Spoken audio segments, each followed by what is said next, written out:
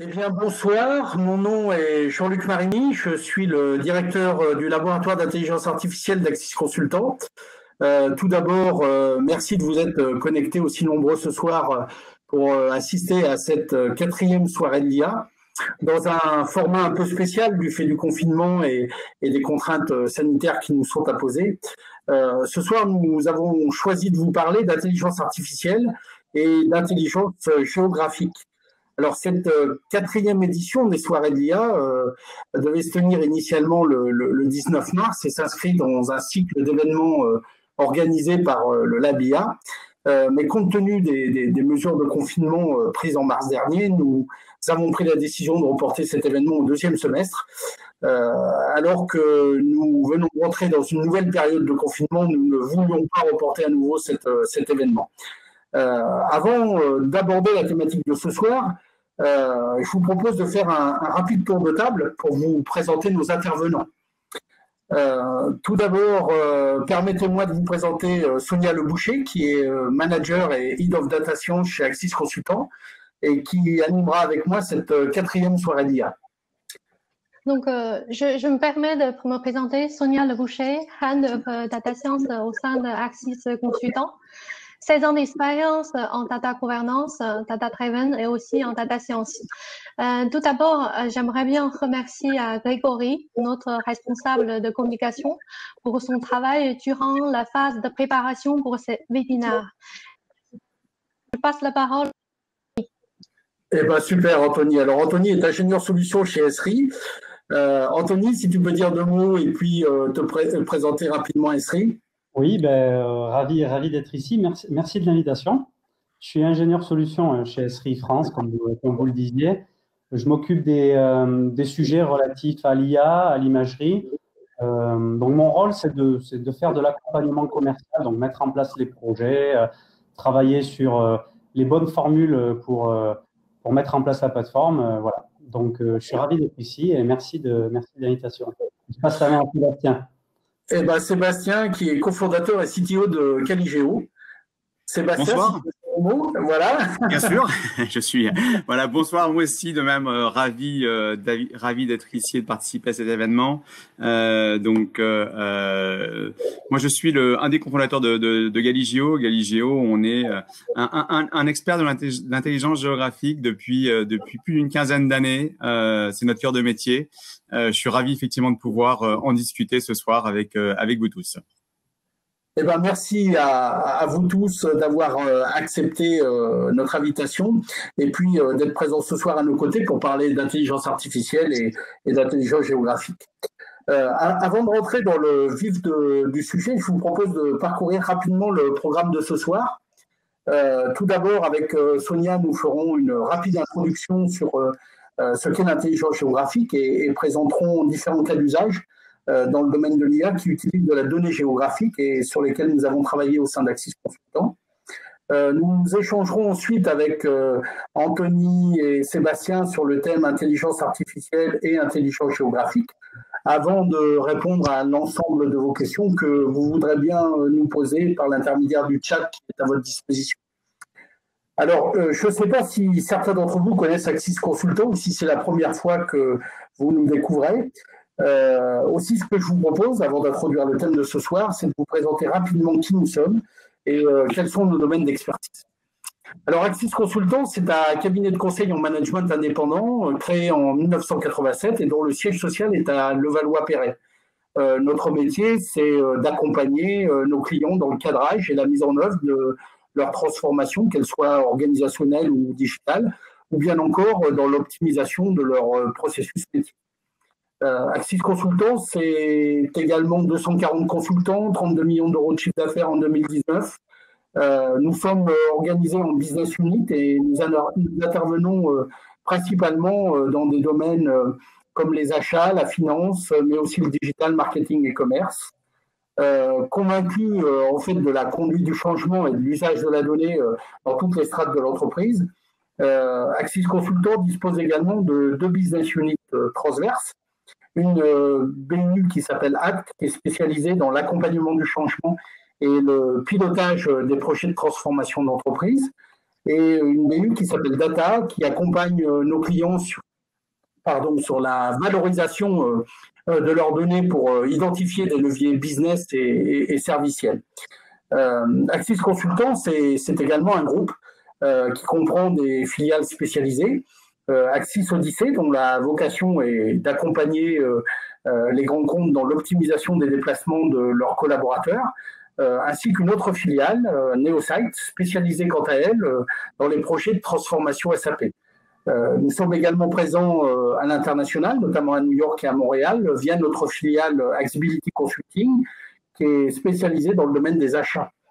Au-delà de ces BU et filiales, nous avons aussi deux structures importantes dans notre démarche d'innovation continue et d'apprentissage. L'Université Axis, qui s'occupe de former nos collaborateurs, mais aussi nos clients, de manière continue, alors à la fois au métier des achats, de la finance, du digital marketing, du commerce, mais aussi sur nos méthodes et les outils que nous utilisons. C'est aussi une structure qui s'appelle le Labia, qui a pour but d'aider, je dirais, les différentes BU et filiales d'Axis Consultants à créer de la valeur autour de l'IA. Après cette rapide présentation d'Axis Consultants, rentrons à présent dans le vif du sujet et je laisse pour cela la parole à Sonia. Oui, dans cette partie d'introduction, donc vous allez découvrir quelques citations et chiffres clés pour illustrer des réponses aux deux questions. Donc, quelle est l'importance des données géographiques et aussi quel est le niveau de maturité dans l'utilisation de ces données au sein de l'entreprise? Il s'avérait que 80% des données existantes ont une dimension géographique. Et 41% des entreprises accordent une grande importance à l'utilisation de leurs données géographiques, notamment pour localiser leurs processus et organisations. Cependant, les données géographiques restent souvent sous-exploitées. Alors, ce qu'on constate effectivement dans la réalité, c'est que cette dimension géographique n'est quasiment pas exploitée par les entreprises pour analyser leur activité et prendre des décisions.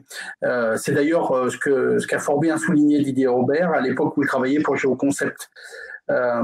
Si on se réfère à une étude récente du CIGREF, on constate malgré tout que de plus en plus d'entreprises prennent conscience des leviers de performance et de rentabilité qu'offre l'exploitation de la dimension géographique de leurs données. D'où le thème de ce soir. Voilà, Sonia, je vais te demander si tu peux passer à la diapo suivante. D'où le thème de ce soir qui effectivement tourne autour de l'intelligence artificielle et l'intelligence géographique. La question qu'on peut se poser déjà de prime abord, et je dirais je vais te laisser Sonia proposer une définition, c'est qu'est-ce que c'est que l'intelligence géographique ? Justement, l'intelligence, si on doit proposer une définition possible, l'intelligence géographique peut être considérée est un ensemble de concepts et de technologies qui a pour objectif d'apporter une dimension géographique dans le pilotage opérationnel et stratégique. Autrement dit, donc l'intelligence géographique est souvent en rapport avec une définition de utilisation et un choix de technologie. Donc, je me tourne vers nos invités, Anthony et Sébastien. Est-ce que vous êtes d'accord avec ce constat et aussi cette définition? Je vous laisse exprimer peut-être Sébastien. Volontiers. Alors, c'est une définition, on va dire effectivement sur une approche assez technique. J'aimerais la compléter sur un aspect plus global et en termes de bénéfices. Voilà, je dirais effectivement que nous, la définition qu'on a de l'intelligence géographique, c'est donc un atout qui va permettre aux entreprises d'améliorer leur performance locale sur leur territoire, et notamment en exploitant les données de géolocalisation au cœur de leur processus métier. Voilà, et notamment c'est quelque chose d'extrêmement puissant. Je vais citer des exemples qui vont parler à tout le monde. Je dirais que Uber et Airbnb, par exemple, ont tous deux disrupté leur marché avec en associant l'intelligence géographique et et l'intelligence artificielle, avec évidemment d'autres technologies, hein, mais ça c'est essentiel. Voilà, si tout le monde se souviendra du slogan aussi à l'époque d'un acteur majeur qui était Think Global, Global Act Local. Voilà. Chez Galigeo, on rend accessible cette intelligence géographique aux opérationnels métiers pour mieux exécuter et exécuter plus vite sur le terrain. C'est vraiment effectivement là où cette définition, c'est vraiment donner ce pouvoir directement aux opérationnels parce qu'aujourd'hui, effectivement, cette technologie est plus accessible. Si j'ai encore 2 minutes, je vous donne 2 exemples concrets, là encore, hein, des cas d'usage de cette intelligence géographique. Un qui va paraître évident, mais voilà, là encore, des enseignes, des distributeurs comme Carrefour, Fnac ou d'autres, effectivement, ont besoin à la fois de définir un schéma stratégique pour pouvoir, là encore, dimensionner et localiser leur réseau de points de vente. Et ensuite, ils ont besoin, là encore, d'avoir une exécution locale. Et l'exécution locale, alors elle va au choix précis de l'emplacement et elle va bien entendu à l'animation du point de vente, la connaissance de la zone de chalandise, l'animation marketing autour du point de vente. Voilà. Et ça nécessite effectivement d'avoir à la fois cette information et cette intelligence et elle doit être là encore non pas réservée à des experts à notre sens, mais vraiment aux opérationnels du marketing, du développement commercial, de l'expansion pour pouvoir être vraiment valorisé au sein de l'entreprise. Oui, c'est exactement ça. En fait, en tout cas, aujourd'hui, à travers les différents cas d'usage, nous allons illustrer également cette valeur ajoutée apportée par cette intelligence géographique. Jean-Luc, je te laisse la parole. Oui, donc afin de mieux comprendre véritablement ce que disait Sébastien, c'est-à-dire l'apport de la dimension géographique et l'IA dans le pilotage opérationnel et stratégique des organisations, nous avons choisi de vous parler de différents cas d'usage qui sont souvent cités en matière d'intelligence géographique, comme par exemple la sélection de sites commerciaux, l'optimisation de la chaîne logistique, le filtrage d'accès à des sites web par géolocalisation, la communication géolocalisée, l'analyse de parcours par géolocalisation, la recherche d'informations basées sur la proximité, la géolocalisation de campagnes publicitaires, la planification d'itinéraires, la géo-optimisation de tournées commerciales, l'identification des zones de prospection commerciale, la géo-optimisation de travaux de maintenance, la géolocalisation de clients ou de prospects, le ciblage géographique de zones à risque. Enfin, ce sont là que quelques exemples de cas d'usage qu'on rencontre fréquemment, parce qu'en fait, il en existe bien d'autres. Une autre question tout aussi importante, c'est celle de savoir qui sont les acteurs de ce marché de l'intelligence géographique. Et bien là, on s'aperçoit que les acteurs sont multiples. Quand on fait une map de l'ensemble de ces acteurs, on voit qu'effectivement, ils sont relativement nombreux. Ils sont de taille et d'origine très différentes. Ils sont spécialisés ou pas. Et ce n'est pas forcément simple de faire un choix à la fois de prestataire ou d'éditeur lorsqu'on veut se lancer dans un projet d'intelligence géographique. Aussi, afin d'illustrer, je dirais, la difficulté que rencontrent certaines entreprises qui ont amené ce type de projet, nous avons choisi de vous parler de 3 cas d'usage auxquels nous avons été confrontés chez Axis Consultants. Alors, le premier de ces cas d'usage concerne le groupe Decathlon, qui était confronté à l'identification et au choix de futures zones d'implantation commerciale à Hong Kong. Decathlon Hong Kong avait exprimé le souhait d'être accompagné. Il s'agissait de ce qu'on appelle du conseil outillé sur le choix de futures zones d'implantation commerciale pour ces magasins Connect. C'est un nouveau concept de magasins thématiques basé sur des surfaces commerciales de 80 à 100 mètres carrés. Pour ce faire, nous avons donc conçu en interne chez Axis une solution qui s'appuie sur les données ouvertes de la région administrative spéciale de Hong Kong et qui permet en fait de scorer différentes implantations possibles en prenant en compte différents critères comme la proximité de zones commerciales ou d'installations sportives, l'accès à ces zones par les transports publics ou la présence de parking à proximité. En fait, le but de cette solution était également de pouvoir expliquer le score obtenu pour chacune des implantations possibles, de telle façon que nos prestations d'implantation soient argumentées. C'est la raison pour laquelle nous avons fait le choix d'un système de scoring permettant une interprétabilité, une explicabilité des résultats. Dans un autre registre, Sonia va vous parler à présent d'un autre cas d'usage sur lequel nous avons travaillé pour le groupe ADP. Sonia, je te laisse la parole. Alors, je ne sais pas si on voit toujours la présentation. Je n'ai pas l'impression. Moi, je ne la vois plus. Je la vois plus. Sonia, si tu as la main. Ah, nous avons perdu Sonia également. Donc, on vous demande juste de petites secondes le temps de retrouver Sonia. Le temps qu'elle revienne, peut-être je peux dire un mot pour en terminer avec les… Tout à fait, Anthony, parce que tout à l'heure, tu ne t'es pas exprimé sur la définition de l'intelligence géographique. Il n'y avait pas beaucoup de choses à rajouter, c'était très bien. Je voudrais juste replacer ça un peu dans le contexte avec l'actualité sanitaire, etc. L'intelligence géographique, ça peut être très très simple, ça peut être c'est un outil de compréhension très facile hein, pour les entreprises, pour les collectivités, etc. Donc, par exemple, avec la première idée là, qui me vient, c'est le tableau de bord de l'université Johns Hopkins où on voit sur les pays l'évolution du Covid dans chacun des pays avec la récolte de données, etc. Au niveau d'ESRI, on a fait la même chose pour les départements en récupérant les données de Santé publique France. Donc, on voit que c'est un outil qui est simple, en tout cas, qui est facile à mettre en place pour faire comprendre des choses par l'intermédiaire de cartes, pour donner un cadre voilà, à ce qu'on peut voir. Donc, voilà, je voulais simplement rajouter ça, le replacer un peu dans le contexte. Je ne sais pas si Sonia est de nouveau ici. Je peux continuer pendant des heures. Hein. Sonia, si tu nous entends.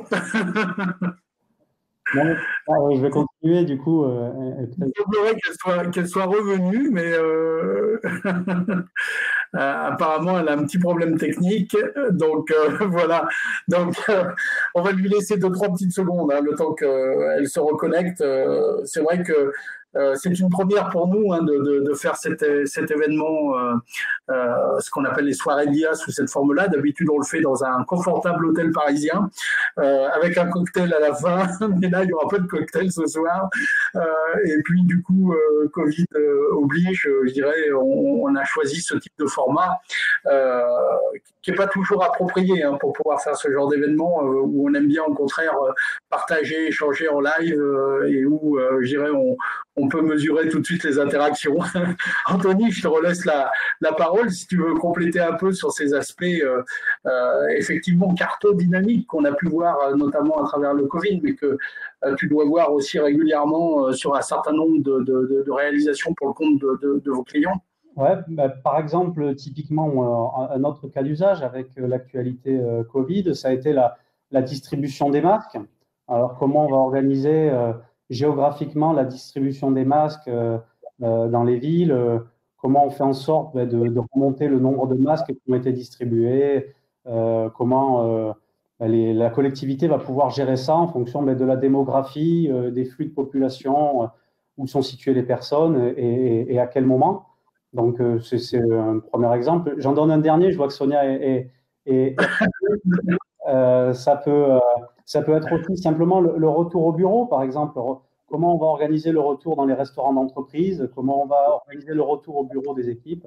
Mais voilà, c'est des contraintes spatiales, on pourrait dire plus spatiales que géographiques, mais c'est l'information géographique et de l'intelligence géographique qu'il faut gérer. Super. Désolée, j'ai eu un petit souci de réseau, donc je suis déconnectée sans même pas j'ai perçu. Donc, je ne sais pas, Jean-Luc, est-ce que tu as réussi à terminer ta partie? On peut passer au cas usage suivant. C'est ce que j'allais te dire. J'allais te proposer de parler d'ADP, du cas que tu as pu traiter avec le groupe ADP. D'accord, ça marche. Donc, je suis missionnée depuis début de l'année 2018 pour aider et piloter un projet qui s'appelle traçabilité des flux passagers auprès de l'aéroport de Paris. Je pense que tout le monde connaît très bien l'aéroport de Paris. En quelques chiffres, par mois, l'aéroport de Paris environ 10 000. Il y a environ 60 000 vols qui partent et arrivent à Paris. La répartition des voyageurs est environ de 70 et 30% selon CDG et Orly. Donc, comme toutes les entreprises, ADP possède également beaucoup de données. Des données retail, telles comme des données vente, clients ou produits, ont été utilisées pour des fins de marketing. Avec un panier médian entre 20 et 40 euros, et selon destination, il peut y avoir au-delà de 70% d'acheteurs parmi les voyageurs. Donc, la partie vente par concession, en mode concession, représente le deuxième plus gros revenu de l'aéroport de Paris. Donc, c'est pour ça, comment promouvoir ces chiffres d'affaires, c'est une question qui se pose très souvent au niveau de direction. Au-delà de ces données retail, donc Aéroport de Paris possède également d'autres types de données. Par exemple, les données bagages, les données passagers et aussi les données aéroportuaires, telles comme les horaires des vols ou les enregistrements, etc. Le problème, c'est que ce sont des données silotées de leur côté et sont gérées par des métiers différents. Donc, il est difficile pour Aéroport de Paris de répondre à une question telle comme admettons s'il y a un retard de vol, comment cela impacte sur les comportements des voyageurs et comment cela impacte sur la vente. Et c'est pour ça, pour avoir justement cette possibilité de répondre aux questions.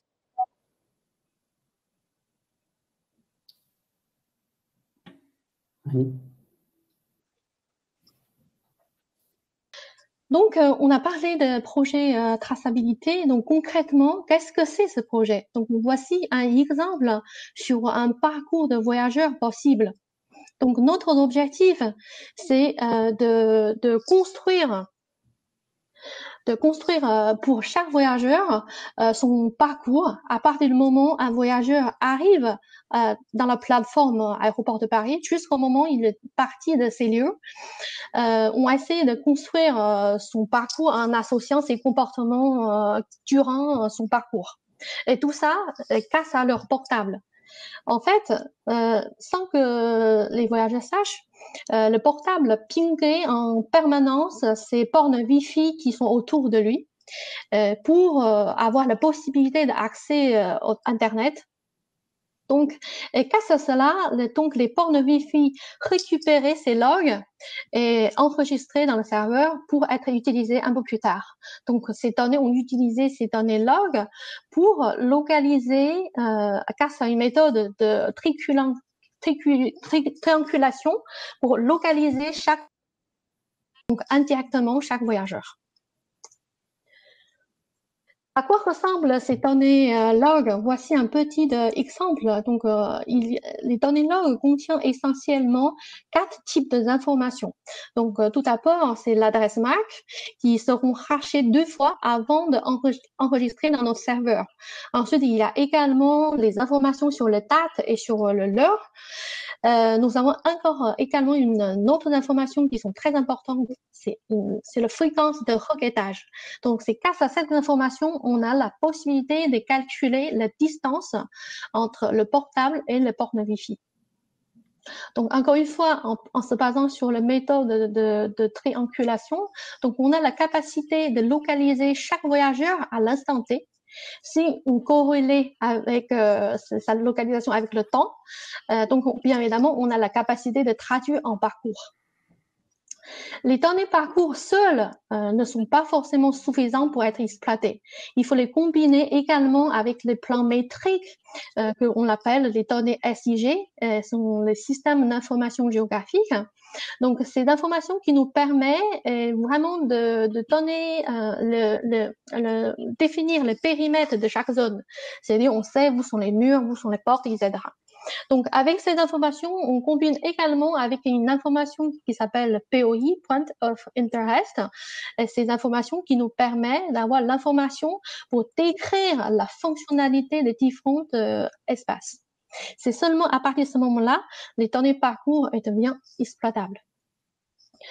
Et nous ajoutons ensuite les données opérationnelles, telles que j'ai décrit tout à l'heure, hein, donc les données retail ou les données aéro, donc pour justement construire une vision client 360. Et grâce à ces données parcours, nous relions les informations qui sont silotées jusqu'au présent, chacun de son côté, ensemble, pour avoir la possibilité de décrire le parcours de client de bout en bout et aussi associer ses comportements durant ses déplacements, durant son temps qui était chez Aéroport de Paris. Donc, avec ces connaissances, ces nouvelles connaissances sur les voyageurs, donc nous avons identifié 3 axes d'exploitation. Donc, premier axe, comme Aéroport de Paris reste un endroit de service, hein, donc qui n'est pas une zone commerce. Donc, premier objectif opérationnel, bien évidemment, c'est l'excellence opérationnelle. C'est-à-dire comment optimiser l'ensemble de gestion, aussi l'ensemble de organisation de point de vue humain, donc pour fluidifier les voyageurs. Ensuite, deuxième objectif, bien évidemment, ça reste promouvoir les chiffres d'affaires, accroître leurs revenus. Donc, on a essayé d'actionner des différents leviers marketing en dehors de magasin, en se basant sur les connaissances clients, etc. Et ensuite, le troisième axe, c'est d'optimiser les services actuels et aussi identifier, si c'est nécessaire, des nouveaux services pour répondre aux besoins des voyageurs, pour améliorer leur satisfaction. Voilà, c'est 3 grands axes qu'on a eu, ce que vous avez comme des exemples, hein, des cas d'usage que nous avons réalisés, donc selon sur ces 3 axes-là. Donc, j'aimerais également vous présenter un de ces travaux de travail beaucoup plus concrète. Il s'agit d'un indicateur qui s'appelle densité des voyageurs sur le zone OLCA, donc D2E OLCA. Donc nous avons calculé ces indicateurs sur l'ensemble des D2A, qu'ils soient sur la zone publique, zone de contrôle ou zone réservée. Mais la cartographie devant vous, c'est plutôt sur la partie zone réservée, zone commerce. Vous pouvez imaginer donc ces mêmes indicateurs, hein, nous avons développé de façon un peu sur le niveau 2 OLCA, sur l'ensemble des zones, notamment on utilisait ces indicateurs pour optimiser la gestion des différents agents. Parce que sur les zones de contrôle, donc on s'appelle PIF et PAF, donc les contrôles frontières et contrôles police. Donc le fait de constater à quel moment on a une densité de voyageurs beaucoup plus élevée, on sait à quel moment on doit ajouter ou supprimer certains agents. Voilà. Ce même type de visuel, nous avons également construit un autre indicateur, s'appelle tunnel de conversion. Donc l'idée, c'est de, selon localisation, selon créneaux horaires et aussi selon le type de produit vendu, de différents points de vente, on suivre le taux de transformation entre les voyageurs et acheteurs. De ce fait, donc on va optimiser, aussi donner la capacité d'actionner les leviers marketing en dehors de magasin pour, en tout cas, inciter les voyageurs à rentrer dans le boutique, transformer ces voyageurs en potentiels acheteurs pour, bien évidemment, actionner les leviers marketing au sein de magasin. Voilà, je donne ensuite la parole à Jean-Luc pour présenter les cas Laporte. Eh bien, merci beaucoup, Sonia, pour ce cas d'usage très intéressant. Alors, le dernier cas d'usage dont nous voulions vous parler ce soir avec Sonia concerne l'optimisation des tournées des facteurs en fonction de la prédiction de trafic dans les plateformes de tri, de préparation et de distribution du courrier. Donc, L'objectif, c'était de prédire sur 35 jours le trafic des plateformes industrielles de tri du courrier, mais aussi des plateformes de préparation et de distribution du courrier afin d'optimiser les tournées des facteurs. Alors pour cela, nous avons testé différents modèles de prévision basés sur l'analyse de séries temporelles et sélectionné le plus performant, capable de prendre en compte les saisonnalités, des spécificités propres effectivement à l'activité, des jours fériés, des week-ends, des événements comme les grèves ou la météo ou d'autres événements impromptus à la demande. Et à partir de l'ensemble de ces éléments, nous avons pu établir effectivement des prévisions qui nous permettent de pouvoir optimiser, je dirais, les tournées des facteurs en fonction de la prévision de trafic dans les plateformes de tri, de préparation et de distribution, et de tenir compte en fait aussi du format, de la priorité et du suivi du courrier. Suivant que vous envoyez effectivement une lettre avec un timbre vert ou un timbre rouge, je dirais la distribution n'est pas tout à fait opérée de la même façon. Et l'idée à travers la vision que vous avez à l'écran, c'est de pouvoir géolocaliser les différents points de cette tournée jour pair ou jour impair pour les facteurs. Donc c'était quelque chose d'assez intéressant et je pense que ce type de cas d'usage illustre qu'est-ce qu'on peut faire aujourd'hui pour rendre les choses parfois plus visibles, plus lisibles, y compris lorsqu'on couple, je dirais, des solutions d'intelligence artificielle qui permettent de faire de la prévision, et puis de l'autre, des solutions qui nous permettent de pouvoir visualiser en géolocalisant un certain nombre de points, je dirais, certains éléments qui sont produits par ces algorithmes. Voilà avec Sonia les 3 cas d'usage que nous voulions vous présenter en introduction de la table ronde de ce soir. Maintenant, je vais peut-être laisser la parole à Sonia pour démarrer cette table ronde avec nos 2 intervenants. Exactement, donc nous avons présenté quelques expériences menées par Axis, mais ce sont seulement les premières briques. Nos invités nous ont ramené également leur histoire autour de l'intelligence géographique. Ils vont nous les raconter au travers de cette table ronde. Donc pour commencer, Anthony et Sébastien, j'ai une question. Quelle est votre activité chez Esri et Galigio et comment déclinez-vous le concept d'intelligence géographique? Je propose de commencer peut-être par Anthony. Très bien. Alors, pour dire un mot sur Esri, avant de commencer, Esri, c'est une entreprise américaine. Esri France est le distributeur français des produits d'Esri. Alors, notre cœur de métier, c'est fournir une plateforme de géographie pour concevoir des cartes, agglomérer de la donnée, concevoir des cartes et en faire un outil décisionnel, un outil de pilotage. Alors, chez Esri France, pour en dire un mot, on est environ 200 collaborateurs. Il y a des équipes évidemment commerciales, des équipes techniques comme moi qui sont là pour l'accompagnement de nos clients, une direction de service qui a installer les produits, faire de la formation, des aides chez nos clients, de l'aide technique. On a ensuite 2 autres départements dont je voudrais parler. Le premier, c'est la donnée, parce que c'est le carburant de l'intelligence géographique. Donc, on a parfois besoin d'un peu plus de données que ce qu'on a dans l'entreprise. Ça peut être de la donnée de sociodémographie, ça peut être du carburant nécessaire pour une fond de carte, etc. Donc, on a un département qui s'occupe de ça, de fournir de la donnée, qui travaille avec des partenaires comme IR pour des flux, comme TomTom, comme voilà, Maxar pour de l'imagerie. Et enfin, on a un département de partenaires qui là gère la relation d'Esri avec ses partenaires. Alors, il y a des gros partenaires, des grandes entreprises comme Microsoft, comme Salesforce, avec qui on a des connecteurs directs vers notre plateforme. Et ensuite, on a des partenaires qui qui connaissent très bien nos produits, qui peuvent les mettre en place chez nos clients.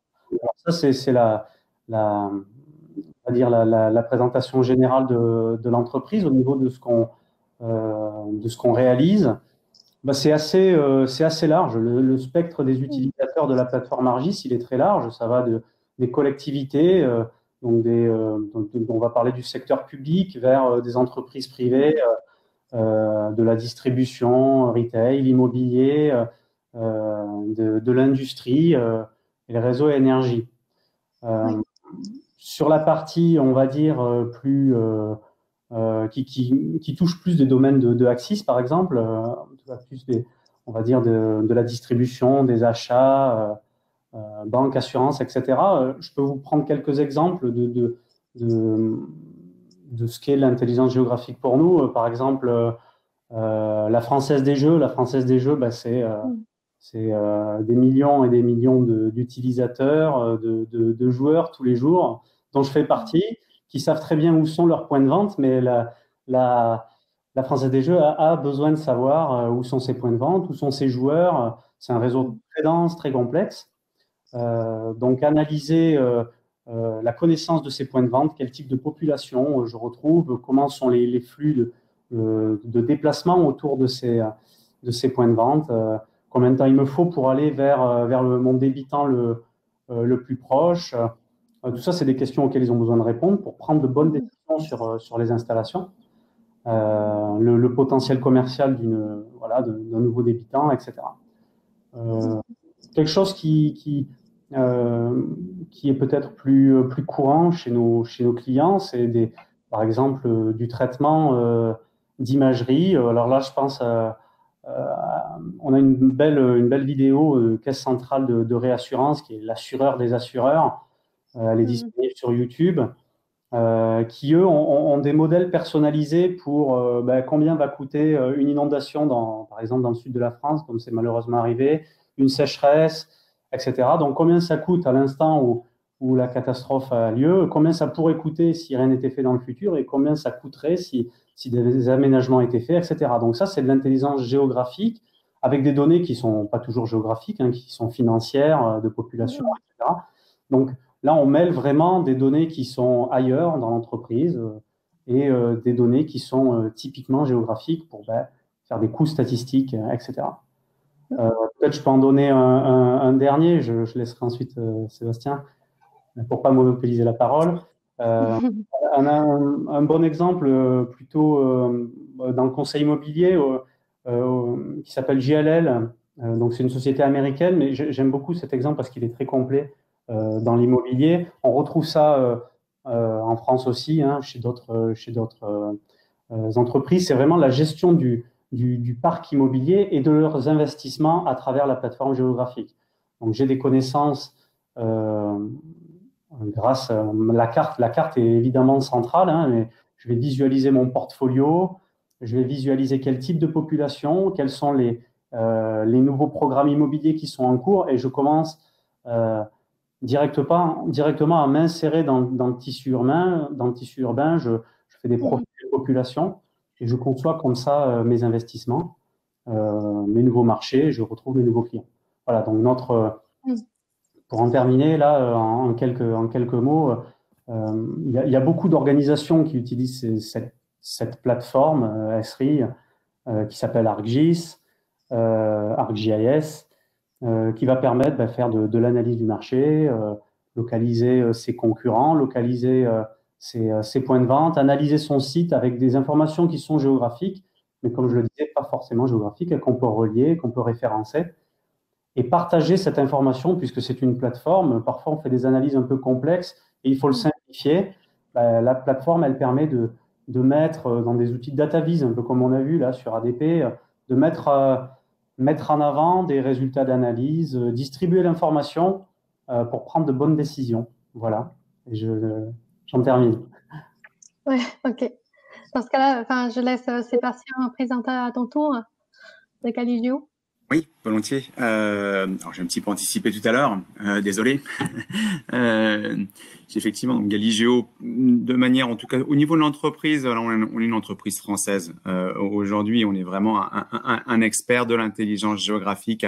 Comme je l'ai dit tout à l'heure, effectivement, la manière dont on l'a définit et en tout cas notre positionnement, c'est de rendre accessible cette intelligence géographique au métier. C'est-à-dire là encore au cœur à la fois des processus et de leurs outils.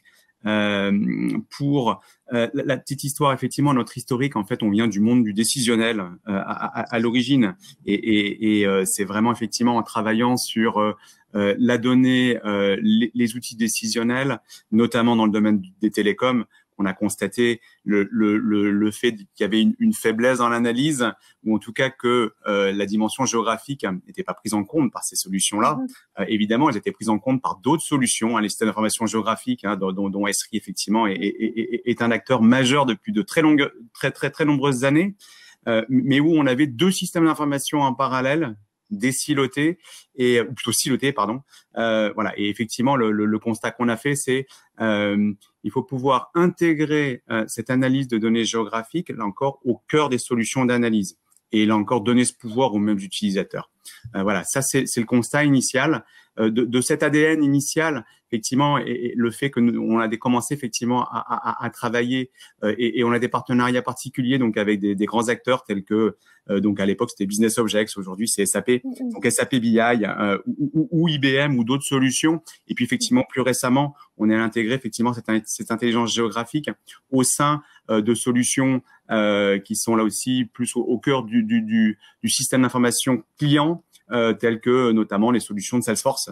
Voilà, là encore effectivement pour pouvoir enrichir la connaissance client, pour pouvoir optimiser. Jean-Luc a très bien présenté tout à l'heure un certain nombre de cas d'usage sur le ciblage du marketing local, de l'optimisation effectivement commerciale, de la prospection, etc., etc.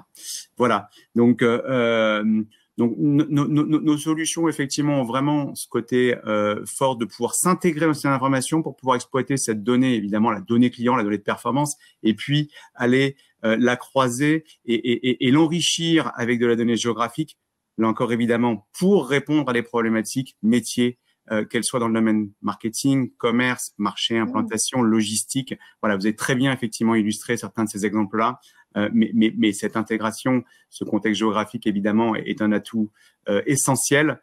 Et le constat initial, effectivement, c'est que finalement, aujourd'hui, peu encore d'entreprises exploitent ce bénéfice, ou en tout cas l'exploitent pleinement. Parce que je pense que tout le monde, à peu près, est effectivement adepte ou a dans son entreprise des équipes dédiées qui vont traiter la partie données géographiques. Mais là encore, ce pouvoir n'est pas donné à l'ensemble des utilisateurs, des opérationnels, des décideurs. Voilà, c'est notre mission. Oui, exactement. En tout cas, en tant qu'utilisateur des données, pas que données géographiques, hein, je constate également ces axes apportés par données géographiques. Ça a transformé les autres données également. Donc, c'est-à-dire toutes les corrélations qui existaient dans ces données, on peut les exploiter sur l'angle géographique également de ce fait. Donc, on découvre les corrélations complémentaires. Donc, nous aurons, au-delà de capacité de d'écrire, souvent dans des contextes marketing, donc les besoins de répondre aux opérationnels qui, quoi, pourquoi et comment, nous aurons également la possibilité de décrire où sur ces axes-là. Donc, c'est effectivement, enfin, je constate également comme vous, hein, donc les valeurs ajoutées de ces types d'informations et ces types d'usages. Jean-Luc, est-ce que tu as d'autres questions? Alors, moi, j'avais une question relativement simple. On parle souvent d'intelligence artificielle et aujourd'hui, dans ce concept d'intelligence géographique, comment ça se matérialise et quelles sont vos principales réalisations dans ce domaine ou celles dont vous êtes le plus fier aujourd'hui? Sébastien, Anthony? Qui veut commencer? Bon, Anthony, je t'en prie, vas-y. Allez. Bon, le concept d'intelligence artificielle, bon, en ce moment, c'est un mot à la mode, l'intelligence artificielle, mais mais finalement, c'est pour beaucoup de l'apprentissage par la machine de tâches pour qu'elle puisse le reproduire derrière pour imiter un peu l'intelligence humaine. Alors, ces outils d'analyse spatiale ou des outils d'analyse au sens large, ils existent dans notre plateforme, ils existent dans d'autres outils, mais ils existent depuis plusieurs années. Ce qui a vraiment changé, c'est la capacité de nos machines. Alors là, j'ai un petit ordinateur qui me sert à faire du marketing, donc qui n'est pas très puissant, mais la capacité à se connecter à des capacités informatiques accrues comme le cloud. Maintenant, disons que c'est assez simple à prendre en main, l'intelligence artificielle, et ça va permettre de résoudre des tâches qui sont parfois répétitives ou complexes. Voilà. Sur quoi on travaille chez Esri en termes d'intelligence artificielle. Je vais prendre d'abord la grosse maille d'intelligence artificielle. C'est évidemment de la vision par ordinateur. On insère des images, on insère des vidéos, on est capable de reconnaître des objets dans ces images-là. Voilà, grosse maille encore une fois. Des assistants vocaux qui sont intégrés dans certaines applications. Je suis sur le site, les mêmes prises par des outils, par autre chose. On a un Esri Voice Assistant qui fonctionne un peu comme Cortana, Siri, qui va nous aider à remplir des tâches sur notre tablette et en même temps avancer. Un autre outil vraiment d'intelligence artificielle avant de passer au machine learning, deep learning, voilà, un peu plus précisément, c'est le natural language processing. Donc ça aussi, c'est un mot un peu à la mode, mais ça va permettre. On a parlé tout à l'heure qu'il y avait 70%, 80% de dimension géographique dans nos données, mais elle est parfois bien cachée. Alors du coup, ce Geospatial Language Processing, comme on l'appelle chez Esri, ça va permettre d'analyser des textes, analyser des emails, analyser des documents et retrouver des informations géographiques là-dessus pour pouvoir les mettre sur des cartes et les analyser. Ça peut être dans des emails, dans des briefings, dans des échanges avec des clients, voire même, on en voit beaucoup maintenant, hein, des startups qui récupèrent des tweets sur Twitter, etc., pour pouvoir les localiser et en faire de l'analyse en fonction d'un type de population, etc., du sentiment d'un client autour de ce qu'on est en train de lui proposer. Voilà. Donc ça, c'est le Natural Language Processing, et c'est dans la plateforme Esri, c'est à travers d'outils qui permettent d'extraire l'information géographique de ces données qui intuitivement le sont pas vraiment. En tout cas, on ne les utilise pas comme ça. Quelque chose de plus répandu, par contre, sur notre plateforme géographique, c'est agglomérer de l'information pour en faire du machine learning. Donc vraiment, comment je vais agglomérer, par exemple, du big data. J'ai beaucoup d'informations, de capteurs, de température, par exemple, comme l'exemple d'ADP tout à l'heure, de populations qui se regroupent dans une gare ou dans une aérogare. Comment j'arrive à comprendre ce qui est en train de se passer. Donc, je vais pouvoir faire des prévisions, faire de l'agglomération de données, la rendre interprétable, ou par exemple faire du deep learning. Alors, du deep learning, j'en ai parlé un petit peu tout à l'heure sur l'imagerie. Donc, j'ai une vidéo, j'ai une image, j'essaye de détecter des objets à l'intérieur, des personnes qui se déplacent pour ensuite prendre une décision derrière, en fonction de telle personne, telle publicité va s'afficher. Ça peut être un cas d'usage.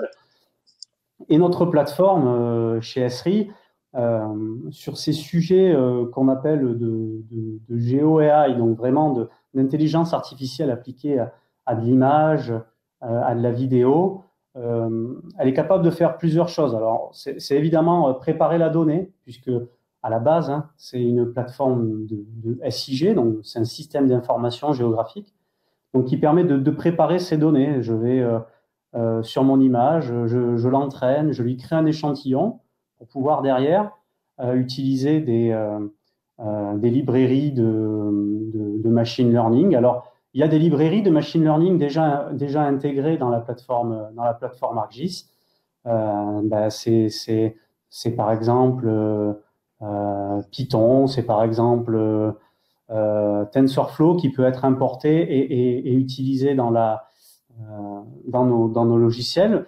Ça peut être des choses très compliquées, ça peut être aussi des choses très très simples. On a des outils qui permettent de faire du machine learning sans s'en apercevoir, c'est-à-dire qu'on lui donne un échantillon et on le reproduit simplement sur l'image ou sur la vidéo. Donc la plateforme, elle s'occupe de la création de ces échantillons. Si vous avez en interne des data scientists, ben, vous pouvez leur fournir ces échantillons-là, l'utiliser dans la plateforme ou pas, c'est une plateforme ouverte. Et derrière, il y a une partie très importante pour ce sujet d'intelligence artificielle, ben, c'est la diffusion et la collaboration. Parce que tout ça n'est rien si à la fin, c'est pas utile, si c'est pas utilisé dans un outil. Donc, notre plateforme, elle a disons, c'est une end-to-end solution. Donc, à la fin, il y a des outils de data vise, des tableaux de bord, comme on l'a vu tout à l'heure, encore une fois pour ADP, des connexions avec Power BI s'il y a besoin d'aller plus loin sur des données qui seraient stockées dans d'autres plateformes. Donc, voilà. L'idée, c'est vraiment d'avoir une plateforme qui permet de s'occuper de A à Z de cette information géographique, de l'agglomérer, de l'analyser et surtout de la diffuser, de collaborer autour de ça avec des partenaires comme Microsoft, IBM, etc. Une réalisation peut-être, après je laisserai Sébastien s'exprimer. Je parlais tout à l'heure des catastrophes naturelles. Exemple le plus simple à imaginer avec la plateforme. Hein. Je vais recevoir des images satellites, peut-être faire voler un drone au-dessus d'une zone et je vais être capable d'identifier les zones qui sont touchées, quel est le système d'assurance qui va être mis en place, combien ça va me coûter, faire ces estimations-là. C'est pas toujours d'ailleurs de l'intelligence, il n'y a pas toujours la dimension géographique. C'est une plateforme très ouverte à d'autres données, voilà, qu'on peut agglomérer. Donc, c'est un des exemples et c'est dans cette plateforme-là qu'on va essayer de comprendre ce qui s'est passé et le mettre à disposition des décideurs, à ceux qui vont piloter les secours et les indemnisations, par exemple. Voilà, donc c'est un des exemples. On en donnera sûrement d'autres tout à l'heure. Oui. Du coup, pourrais-tu, Sébastien, nous citer quelques clients? Donc, comment concrètement ils utilisent votre plateforme et votre intelligence géographique? Bien sûr, bien sûr. Alors, je vais voilà, parler de certains cas d'usage. Juste effectivement là pour revenir sur la question de Jean-Luc et puis l'apport de l'intelligence artificielle. C'est vrai qu'aujourd'hui les clients en général et puis enfin finir les problèmes auxquels on est confronté ou ils sont confrontés sont de plus en plus complexes et on leur demande de répondre à ces problèmes complexes de plus en plus rapidement. Voilà, aujourd'hui, juste dans l'activité entreprise, il faut être absolument agile. Il faut que les décisions soient de plus en plus fiables, de plus en plus rapides. Et puis derrière, effectivement, il faut pouvoir évidemment exécuter. Et la force de l'intelligence artificielle, là encore, c'est de pouvoir apporter des réponses rapides à des questions, là encore, qui sont complexes. Alors, pourquoi des réponses rapides? Parce que déjà, on peut simuler de nombreux scénarios beaucoup plus rapidement. Voilà, et notamment, c'est vrai que, alors, plus précisément, effectivement, en termes d'intelligence artificielle, on s'appuie beaucoup on utilise beaucoup le machine learning. Donc, effectivement, mettre en place des modèles d'apprentissage sur un existant, là encore en combinant de la donnée qui va être interne, de performance, voilà, des choses effectivement qui sont concrètes, et puis effectivement des facteurs exogènes. Ces facteurs exogènes pouvant être effectivement les aspects du trafic, de la météo, un environnement géographique, les données effectivement donc un contexte local. Voilà, et à des fins effectivement là de pouvoir produire des scorings. On a beaucoup parlé effectivement du retail. Est-ce qu'effectivement l'emplacement A est mieux que l'emplacement B? Alors, ça peut me donner effectivement un résultat, mais là encore, quand j'ai 10 emplacements et que je dois faire effectivement un certain nombre de scénarios là encore complexes, je peux avoir là encore du scoring. De faire de la prédiction. La prédiction, j'ai l'air complexe, mais encore, si je prends un exemple très concret, voilà, on travaille effectivement avec un client que vous connaissez tous, qui est Fnac Darty. Voilà, le défi auquel étaient confrontés ces acteurs dans les dernières années, c'était de faire face à l'ogre Amazon.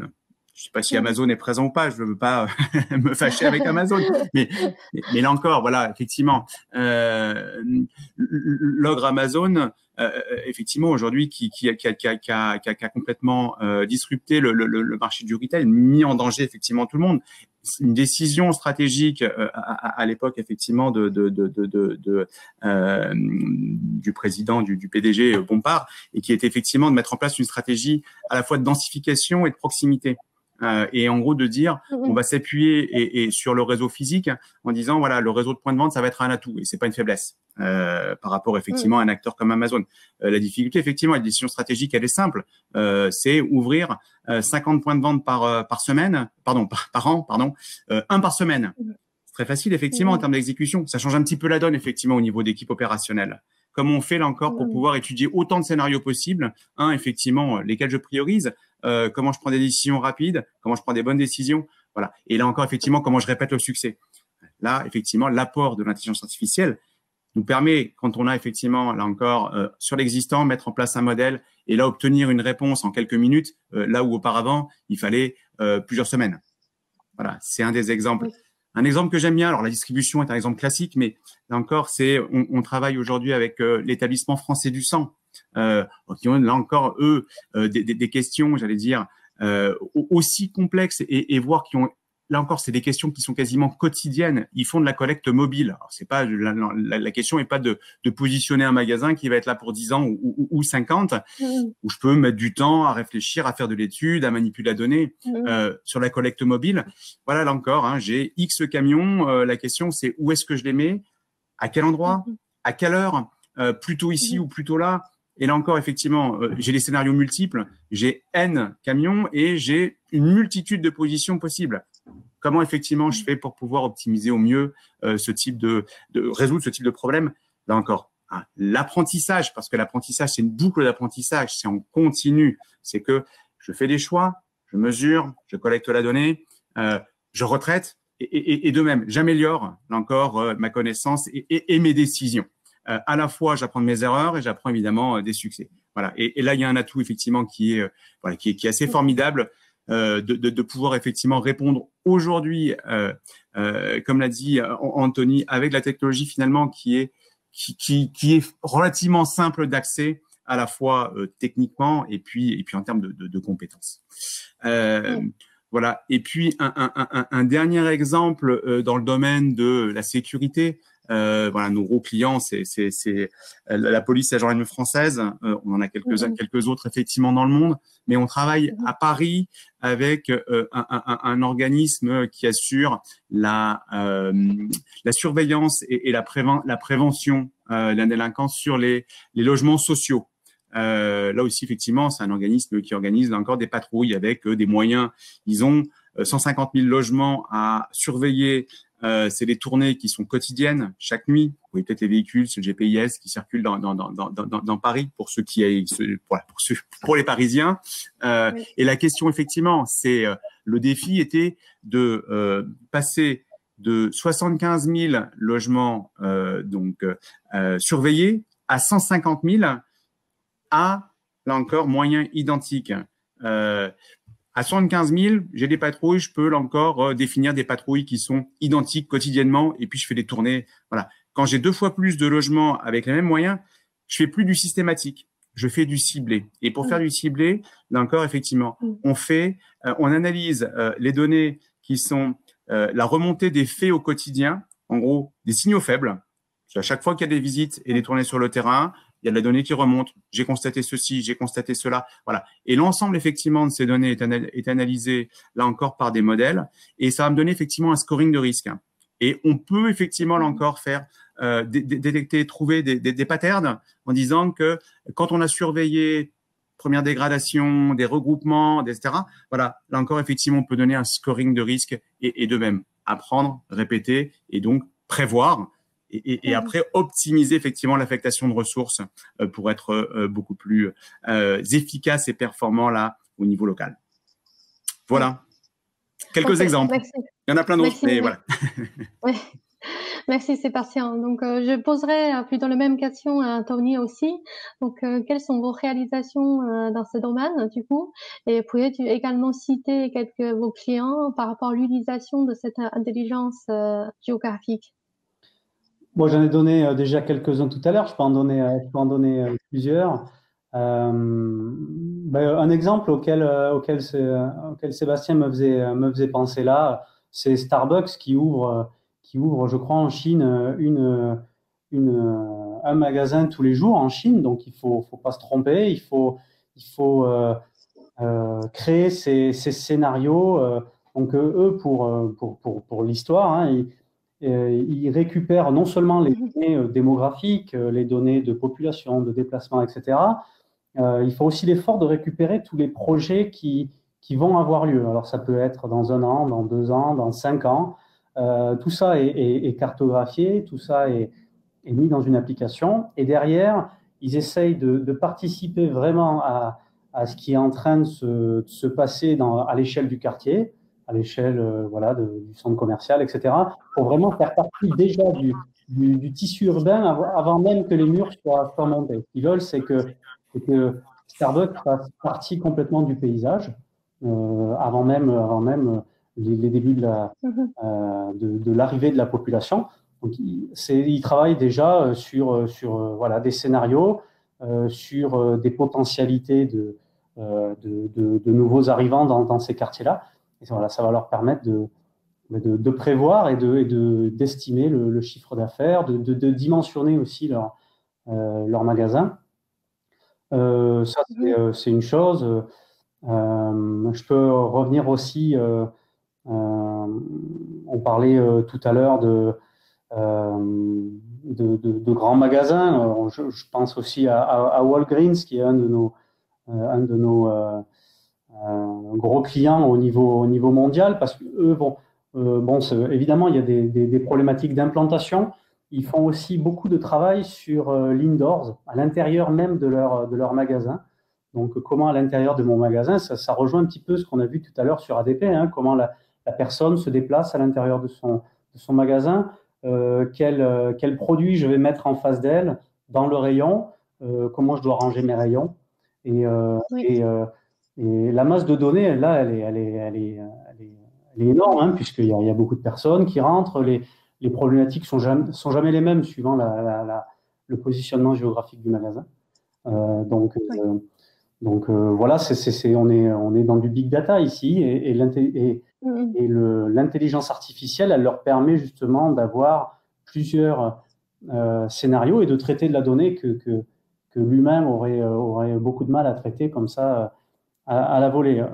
Pour terminer, voilà, sur la comparaison avec l'humain, et pour revenir peut-être un peu sur l'imagerie, l'intelligence artificielle, ça permet d'être aussi performant que l'œil humain aujourd'hui, parfois plus performant. Si ça dure, il vaut mieux que ce soit l'ordinateur qui regarde une image plutôt que l'œil humain, parce qu'il y a la fatigue, etc. Donc, elle est aussi performante, et elle permet d'avoir des statistiques que nous, on n'a pas. On s'estime parfois capable d'anticiper quelque chose, alors que là, par des modèles mathématiques, on va avoir des probabilités, des assurances d'avoir ce résultat-là en fonction voilà, d'une probabilité d'un écart type. Et ça, c'est hyper important quand, par exemple, on veut vérifier l'information donnée et comme disait Sébastien tout à l'heure, la corriger pour améliorer son travail. Avoir une idée statistique de ce qu'on est en train de faire, c'est important pour pouvoir corriger son activité. Voilà. Oui, merci. Effectivement, je constate que vous avez effectivement cumulé une expérience à travers de différents secteurs et aussi rencontré des problématiques assez différentes et variées. Donc, avec toutes vos expériences et votre expertise, selon vous, quels sont les facteurs clés de succès pour un projet d'intelligence géographique et qui soit un succès en fait? Je ne sais pas qui va commencer par répondre à cette question, peut-être Sébastien. Eh ben, allez, je me lance. C'est toujours compliqué les facteurs clés de succès. Mais la première chose, le premier critère, il est évident, il est valable quel que soit le projet, c'est que il faut créer de la valeur pour les entreprises. Voilà, hein, c'est que là encore, si on résout pas un problème ou si on crée pas de valeur, bon. On peut faire des jolis projets, mais on va dans le mur. Donc, pour créer de la valeur, évidemment, il faut déjà avoir identifié un problème clair. Je pense que des problèmes, on n'en manque pas, ou il n'en manque pas. Hein. Je reviens, que ce soit effectivement Anthony, Jean-Luc, Sonia, toi-même, effectivement. Voilà, on en a exposé beaucoup. Alors après, évidemment, ces problèmes, ils existent, les solutions, elles sont là. Après, les facteurs, c'est comment effectivement on exécute bien pour qu'on arrive effectivement bien à répondre à ces problèmes. Alors, je vais aborder effectivement, il y a résoudre le problème qui apporte de la valeur pour l'entreprise et pour ceux, évidemment, qui ont la mission de résoudre ces problèmes. Donc ça, c'est les utilisateurs. Voilà. Et ça, c'est le deuxième point clé. C'est que aujourd'hui, soit là encore, je suis chargé de logistique. Voilà, c'est effectivement moi qui suis en charge là des décisions ou de la gestion du réseau logistique. Ok.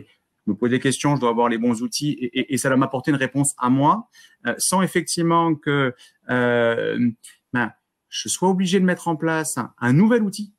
L'adoption d'un nouvel outil est extrêmement complexe. Donc, là encore, au cœur de mon processus, ça doit résoudre un problème et ça doit résoudre effectivement ce problème à l'endroit où il se pose, dans mes outils, dans mon processus, dans mon organisation actuelle. Et là, effectivement, ce sera plus simple.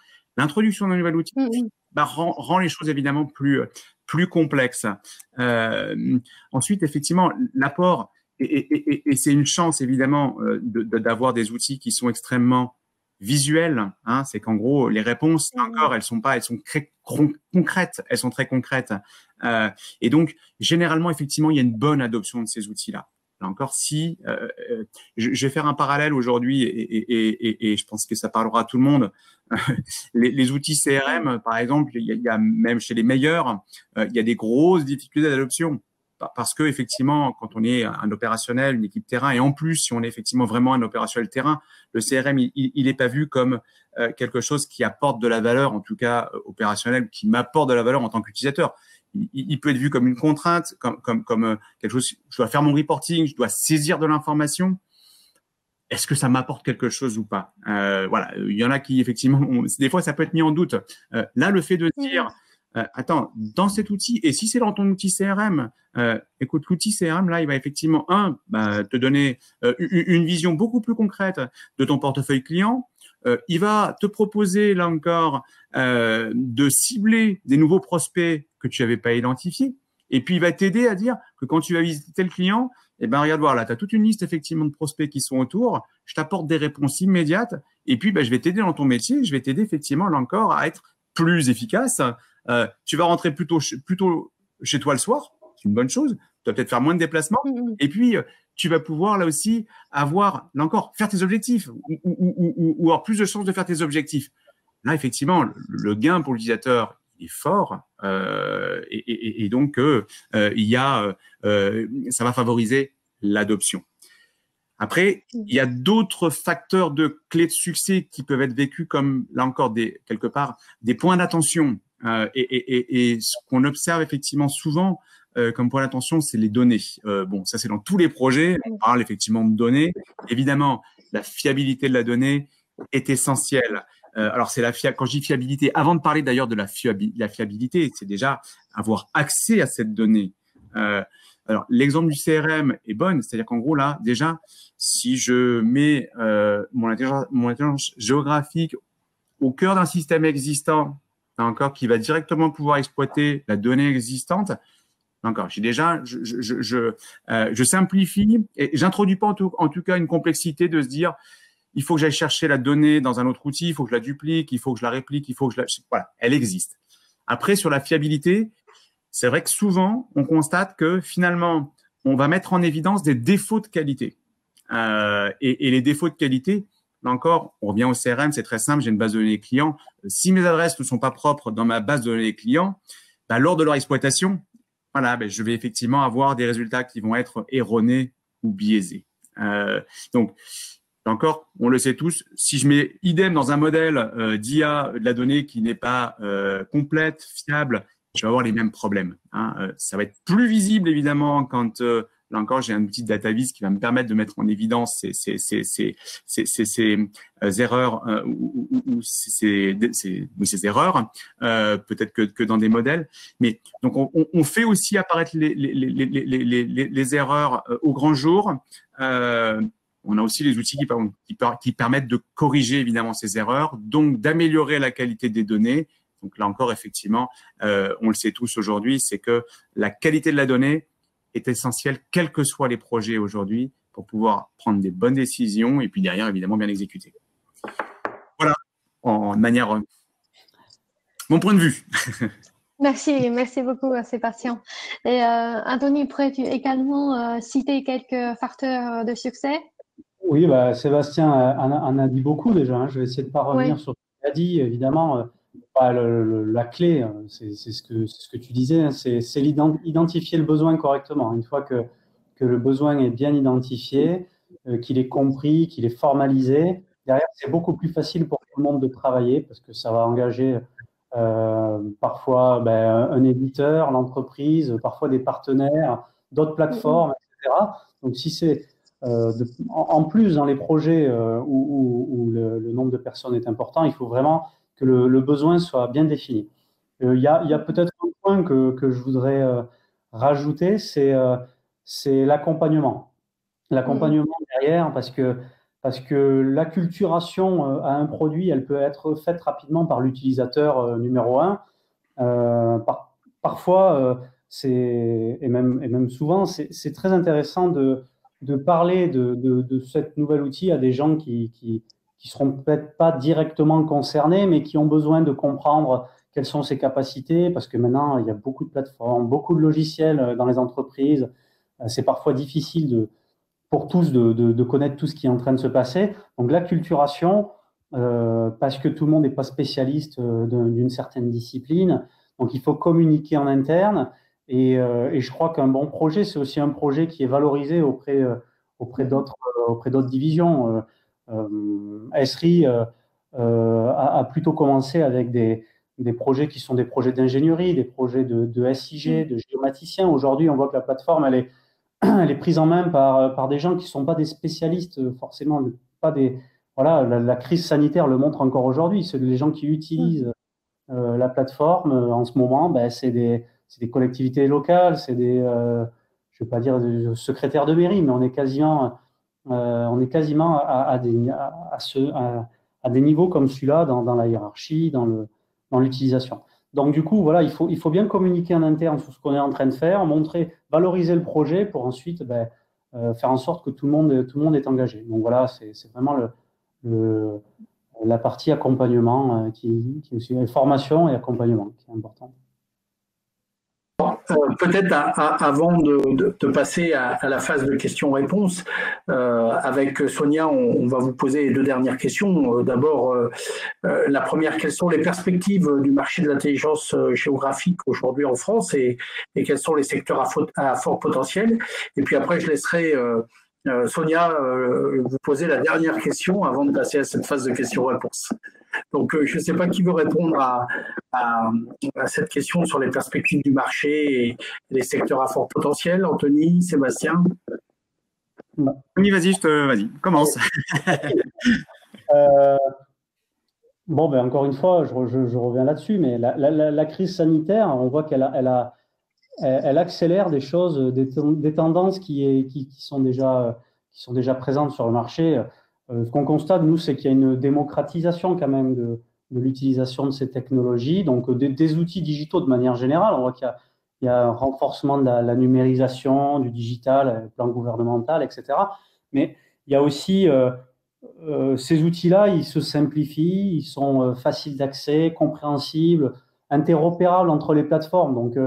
Donc ça veut dire qu'on va toucher de plus en plus de personnes, ça veut dire qu'il y a un fort potentiel d'abord d'aller sur raconter des histoires qu'on n'avait pas forcément avant. Hein. L'intelligence artificielle, ça rajoute encore ça, hein, ça accélère ce processus-là.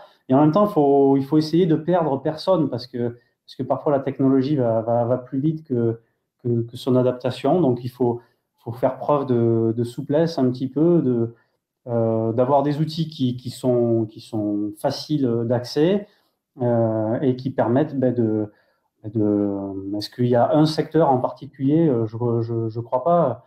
En tout cas, je pense que voilà, ça va toucher des acteurs qui jusqu'à maintenant n'étaient pas des spécialistes de la donnée géographique et qui maintenant vont se retrouver à travailler avec ces données-là et qui vont en tirer parti, améliorer leur ROI et voilà.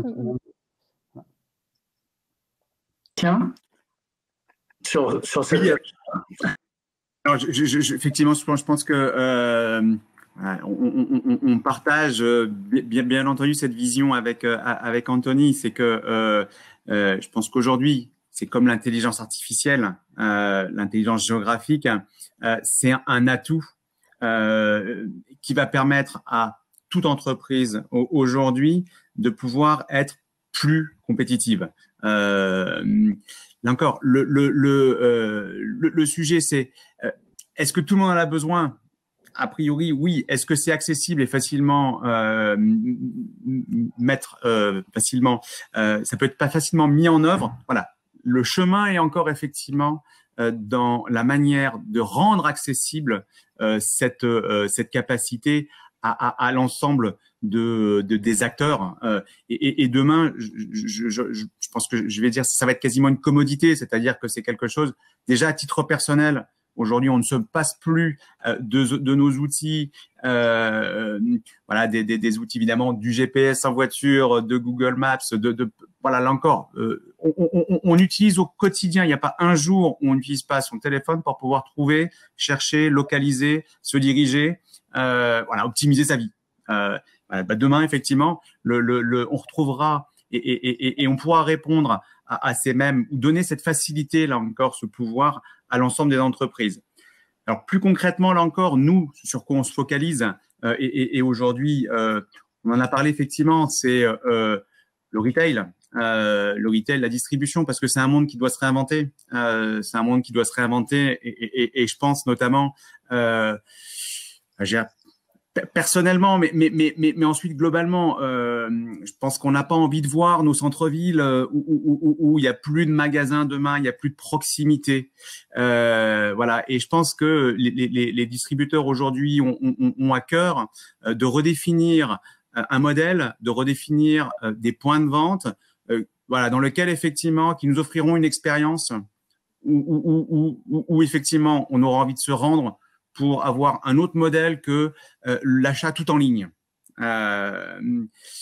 Donc là-dessus, évidemment, il y a des défis énormes pour effectivement aujourd'hui redéfinir ce modèle omnicanal, parce que les deux vont aller ensemble. Quel type de point de vente, à quel endroit, avec quel concept, offrir une expérience, plus de services. Voilà. Donc là, il y a problème très complexe, évidemment, avec des réponses locales pour bien effectivement faire la bonne réponse au bon endroit. Le deuxième secteur, c'est les industriels qui aujourd'hui, ou du moins il y a quelques années, ont confié la distribution de leurs produits aux distributeurs. Et notamment, si je fais simple, je caricature un petit peu, hein, mais le modèle, c'est je produis, je vends à des centrales d'achat, et puis derrière, c'est distribué. Je sais pas vraiment où, à qui, voilà, là encore, et puis je dois négocier avec un acteur majeur. Je pense qu'aujourd'hui, ces industriels ont envie, ont besoin de reprendre la main sur le marché, leurs clients, enrichir leurs connaissances clients, et puis effectivement adapter leur offre et leur stratégie de distribution, parce qu'on distribue pas ces produits de la même manière au nord, au sud. Je vais prendre un exemple, alors peut-être qu'il va être un petit peu décalé, mais vu l'heure, c'est pas dramatique. Ah, je crois qu'on n'a pas du Sonia. Bon, voilà, je me disais effectivement, voilà, on consomme pas si on est effectivement un distributeur comme agroalimentaire, voilà. Un producteur de boissons alcoolisées fermentées de bière ou effectivement Pernod Ricard, là encore avec différents produits. je vends pas mes produits. Là encore, je le consomme pas de la même manière sur le territoire. Je dois pas effectivement, je dois adapter, je dois comprendre ce territoire, je dois comprendre effectivement où sont mes consommateurs, je dois adapter ma communication, je dois adapter ma stratégie marketing, ma distribution en fonction, là encore, de ces enjeux-là. Et donc, j'ai besoin de cette intelligence géographique pour pouvoir le faire et pour retrouver une autonomie par rapport aujourd'hui au modèle distributeur. Merci à vous deux pour cet échange qui était très riche. Ce que je vous propose à présent, puisque le temps passe, c'est qu'on passe à une phase de questions-réponses. Alors, je crois qu'il y a eu quelques questions de poser. La première porte sur l'enrichissement via Open Data. Donc, c'est Marc qui nous pose cette question-là. Procédez-vous à des enrichissements via Open Data ou travaillez-vous uniquement via la data propriétaire de vos clients? Et si oui, quel type d'Open Data géographique utilisez-vous ou êtes-vous conduit à utiliser dans vos modèles d'intelligence artificielle, notamment en prédictif? Voilà, la question est assez longue, mais qui veut répondre en premier? Sébastien? Allez, je me lance. Allez. Je vais essayer de faire court et puis évidemment de laisser du temps de parole à Anthony. Très rapidement. Alors, en termes de données, notamment d'open data, on a aujourd'hui, en tout cas, voilà, nous on travaille et directement dans les modèles prédictifs qu'on met en place, deux grandes sources. Un, l'INSEE, évidemment, qui nous offre une quantité aujourd'hui, en tout cas, j'allais dire colossale, de données fiables, parce que c'est quand même effectivement là aujourd'hui des données à institut statistique, donc voilà, et qui sont aujourd'hui effectivement très très riches pour pouvoir donc là encore travailler. Alors évidemment sur la plus de la donnée de sociodémographique ou de profil, j'allais dire consommateur, B2C. De l'autre côté, on a la base Sirène, typiquement donc aujourd'hui qui est la base donc des entreprises. Idem base complète 10 millions d'entreprises aujourd'hui en France, dans lequel effectivement on a un certain nombre d'informations. Alors c'est pas suffisant. Là, de notre côté, effectivement, on enrichit cette base avec des informations externes et pour effectivement là pouvoir avoir donc des informations qui sont plus qualifiées et non pas uniquement administratives, mais où on peut avoir effectivement des informations plus sur à la fois financières, de positionnement, d'autres informations effectivement qui sont enrichies. Voilà. Après, sur les données open data, il y a aussi des données, par exemple, je cite un troisième exemple, et puis après, je laisserai la parole à Anthony, mais qui est donc des données, par exemple, de trafic, notamment. Alors ça, c'est la donnée qui est très intéressante, mais typiquement, là, je vais le mettre en avant pour montrer qu'il y a des limites, effectivement, à ce type de données. Le trafic… Alors, piéton, routier, évidemment, c'est une information qui est assez essentielle. Aujourd'hui, la compréhension d'un marché de consommateurs, je vais appeler ça sans connotation ou de population, on va dire. Il y a le sociodémographique. Bon, voilà, ça c'est quelque chose qui est statique. Et aujourd'hui, effectivement, on complète cette donnée-là par la donnée de mobilité. Et cette donnée de mobilité, voilà, là encore, on a quelques données effectivement de trafic qui sont disponibles. Alors souvent trafic routier, mais qui sont très très partiels. Alors on a une belle base sur Paris. Après, c'est à la fois partiel, c'est très local, et ça ne permet pas aujourd'hui de répondre à des modèles ou en tout cas à des problématiques qui vont être plus globales. Donc là-dessus, voilà, c'est des données qui sont aujourd'hui qui apporte énormément de valeur et donc voilà, on s'appuie effectivement là sur des modèles et des données donc d'éditeurs qui ont là des données de trafic, notamment piétons, très complètes et très fiables et qui apportent beaucoup effectivement là de pertinence au modèle, notamment dans les cas d'usage dont on a pu parler d'identification effectivement de potentiel d'une localisation. Par rapport à du trafic et la population. Voilà, quelques exemples. Anthony, un complément rapide avant d'attaquer la deuxième question. Très rapide. De toute façon, il y a beaucoup de choses qui ont été dites. Hein. Des bases de données qui sont primordiales, hein, l'INSEE, Sirène. Pensez aussi au portail national de mobilité où on va pouvoir retrouver des données sur le transport, des grandes entreprises du transport qui mettent à disposition ces données-là en open data. Beaucoup de collectivités territoriales aussi, ça a été dit, hein, sur Paris. Il y en a d'autres pardon, qui vont mettre à disposition certaines de leurs données, certaines de leurs images aériennes. Voilà, donc beaucoup de données en open data. Juste un dernier mot, chez Esri France, il y a cette division de données hein, dont je vous ai parlé, qui permet de faire ce travail un petit peu de recherche parfois pour les clients, surtout de mise en forme pour qu'elle soit très facilement et très simplement exploitable dans la plateforme. Et on va pouvoir agglomérer des données open data avec des données d'éditeurs. Voilà, je n'irai pas plus loin si on veut répondre à d'autres questions.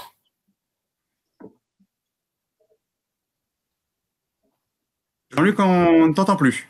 Je n'entends plus, non. Merci beaucoup, Anthony. Une autre question qui est posée par Willy. En quoi l'intelligence artificielle peut-elle être mise au profit du climat et quels sont les acteurs qui pourraient l'exploiter en ce sens? Je vais commencer si tu veux bien, Sébastien. Okay. J'aurais dû commencer la soirée par là. Esri, ça a été fondé à la base pour répondre à des problématiques environnementales. Le E de Esri correspond au mot environnement. Le créateur d'Esri a fondé Esri pour répondre à des problématiques environnementales et c'est toujours aujourd'hui un petit peu le cœur de pas que de la communication, c'est le cœur aussi des outils qui sont développés. Il y a beaucoup de partenariats, voilà, avec de grandes associations, de grands magazines, Natural Geographic, la fondation de Jane Goodall, etc. Donc, on a voilà, ce cœur un peu de Esri, c'est l'environnement. Alors, à quoi peut servir l'intelligence artificielle? C'est d'abord à mieux gérer parfois nos consommations. Alors là, je pense par exemple à l'agriculture. Comment je vais mieux gérer mes engrais, la façon dont je gère ma terre, etc. Ça peut être un exemple. Sur, par exemple, les catastrophes, comment je vais prédire, à partir de données antérieures, les futurs incidents climatiques, comment je rends ma population un peu plus résiliente face à ces épisodes-là. Voilà. C'est quelques exemples de ce qu'on fait en intelligence artificielle pour le climat, beaucoup dans la prédiction, évidemment. Alors, il y a une question un peu complémentaire qui vient de Mamadou là, sur ces aspects, qui nous dit, j'ai entendu Anthony parler d'images satellitaires, du coup, il voulait savoir en quoi la peut-elle être utile aux préventions de catastrophes naturelles comme les cyclones?